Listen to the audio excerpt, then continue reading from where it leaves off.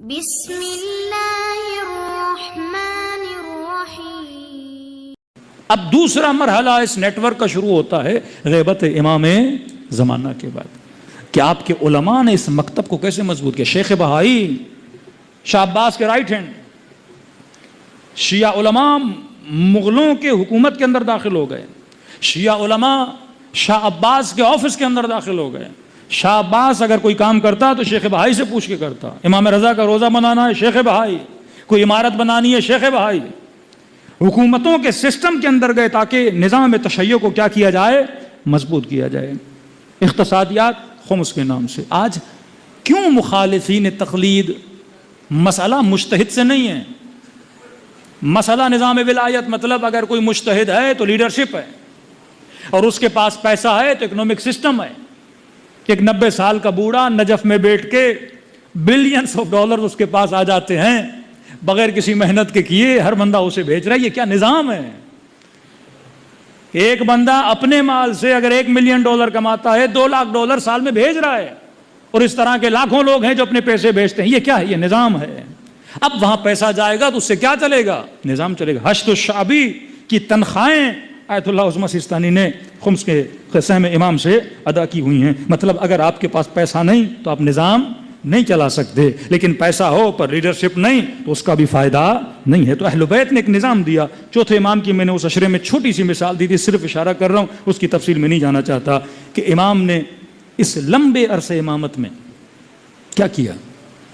ایک مرتبہ تبلیغ ہے، سسٹم ہے زبان سے، امیر المومنین کے خطبے، امام حسین کے خطبے، امام حسن کا کلام، امام زین العابدین کے خطبے، نہیں دعائیں آپ کو ملتی، کیونکہ دعا سے دشمن کا کوئی لینا دینا تھا نہیں۔ کہ ایک عابد ہے، زاہد ہے، مسجد میں بیٹھا ہے، کبھی کمیل پڑھ رہا ہے، کبھی حمزہ شمالی پڑھ رہا ہے، کبھی مکارم الاخلاق پڑھ رہا ہے، تو اس سے بنو عباس و بنو امیہ کو کوئی خطرہ نہیں ہے۔ امام نے کیا کیا؟ اگر کھلم کھلا تبلیغ کرتے تو مولا کو نقصان، وہ اسارت شہادت کے مقامات فرماتے ہیں۔ واحد امام ہے امام زین العابدین، جس امام نے سب سے زیادہ غلام خریدے، مور دین 18,000 غلام، 18,000 غلام، بعض میں ہے 8,000 غلام، لیکن اگر آپ اس کو 2,000 پر بھی لے آئیں، 4,000 پر بھی لے آئیں، یہ سب سے زیادہ غلام ہے۔ اب سوال ہے کہ امام غلام خریدتے تھے کیوں؟ اب تعجب یہ ہے کہ لمبا عرصہ امامت، جس میں کوئی ممبر نہیں، جس میں کوئی تقریر نہیں، جس میں گلی گلی کوچا جا کے کوئی تبلیغ نہیں کہ آپ مکتب اہل بیت میں آ جاؤ، نظام امامت کو سمجھو۔ کیونکہ امام زین العابدین تک اگر کوئی شیعہ بھی تھا تو وہ شیعہ امامت کو مانتا تھا، پر اس کو یہ نہیں پتا تھا کہ حج کیسے کیا جاتا ہے، عمرہ کیسے کیا جاتا ہے، وہ ترتیب نماز و صلاۃ، صوم و صلاۃ پراپر ان تک پہنچی نہیں تھی۔ یہ تربیت کی امام محمد باقر اور امام جعفر صادق علیہ الصلوۃ والسلام نے۔ صلوات پڑھیں مولا کے شان پر۔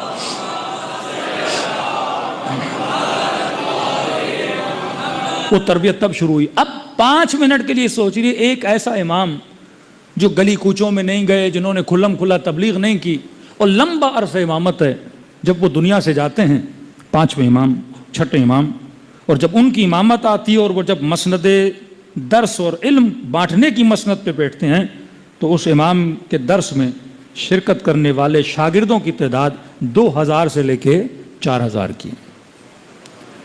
کہ حاکم اتنا پریشان کہ کسی اور کی بھی مسند لگتی تھی، تو انہوں نے کہا جو اس کے درس میں آئے گا اسے، مثال دے رہا ہوں، 4 درہم پیسہ ملے گا۔ مطلب ایک مجلس ہو، پیسے دے کے بولے جو آئے گا مجلس سننے اس کو 4,000 روپیہ ملے گا۔ اور باہر شرطے کھڑے کر دیے کہ جو جعفر صادق کو سننے جائے گا اس نے 4 درہم مثلا دینے ہیں۔ تو لوگ بھی بڑے تیز تھے، پہلے جاتے تھے ان صاحب کے یہاں 4 درہم لیتے تھے، پھر آتے تھے 6ٹھے امام کے یہاں 4 درہم دیتے تھے، ایک جیب سے لیا دوسری جیب میں ڈال دیا اور 6ٹھے امام کے درس میں آ گئے۔ لیکن سوچنے کی بات یہ 4,000 2,000 شاگرد نکلے کہاں سے؟ کربلا میں امام حسین بلا رہے ہیں، 72 نہیں، 4تھے امام گھر کے اندر محصور، کوئی کھلم کھلا تبلیغ نہیں، یہ شاگرد کہاں سے بنے؟ تو کہا وہ کام جو امام زین تب کہتے ہیں دا سیکرٹ نیٹ ورک آف اہل البیت، نیٹ ورک سیکرٹ ہے، کھلا ہوا نہیں ہے۔ اب ان سیکرٹ کو سمجھو، خریدے۔ اور ایک غلام کا واقعہ جو میں نے پچھلے سال سنایا تھا، کہ مدینے میں قحط آ گیا, بارش نہیں برس رہی, پانی نہیں آ رہا, لوگ 3 دن تک صحرا میں جا کے دعائیں کر رہے ہیں, بندہ واپس آ رہا, ماؤں کے گودوں میں بچے, سینوں کا دودھ خشک ہو چکا. وہ شخص کہتا ہے ہم نے دیکھا اللہ بارش برسا ہی نہیں رہا, دعائیں کر کر کے تھک گئے. کہ اتنے میں واپس آ رہے تھے, گلی میں غلام خرید کھڑا ہوا تھا, اس غلام کی نگاہ اس ماں کے گود میں پڑے ہوئے بچے کے رونے کی آواز پہ پڑی. اس کا دل لرز اٹھا, آنکھوں میں آنسو آ گئے. کہ خدایا رحم کر اپنے بندوں پہ, بارش برسا دے. کہ اس نے بس کہا, بادلوں نے آنا شروع کر دیا. ودن دا سیکنڈز بادلوں نے برسنا شروع کر دیا. یہ کہتا میں پریشان, سیاہ حبشی غلام, زبان کا اثر اتنا کہ بس کہا بادلوں نے برسنا شروع کر دیا. میں نے کہا یہ غلام تو مجھے چاہیے. پیچھا کیا, چلتا گیا, گھر کے اندر داخل ہوا, دروازے پہ دستک دی, کنیز آئی. کس کا گھر ہے؟ کہ علی ابن الحسین کا گھر ہے, زین العابدین کا گھر ہے. کہ مجھے کام ہے تمہارے مالک سے. امام نے کہا اندر بلاؤ. اندر آیا. کہ فرزند رسول آپ کا ایک غلام ہے, وہ مجھے چاہیے, جتنی قیمت بولیں گے میں دینے کے لیے تیار ہوں. امام نے فرمایا تو اتنی قیمت دے کیوں رہا ہے باپ, مارکیٹ میں جا, بازار میں جا, کسی اور سے جا کے خرید. کہ نہیں یہی غلام چاہیے. امام نے کہا یہ کیوں چاہیے؟ کہ آپ کو نہیں پتا یہ مستجاب الدعوہ ہے.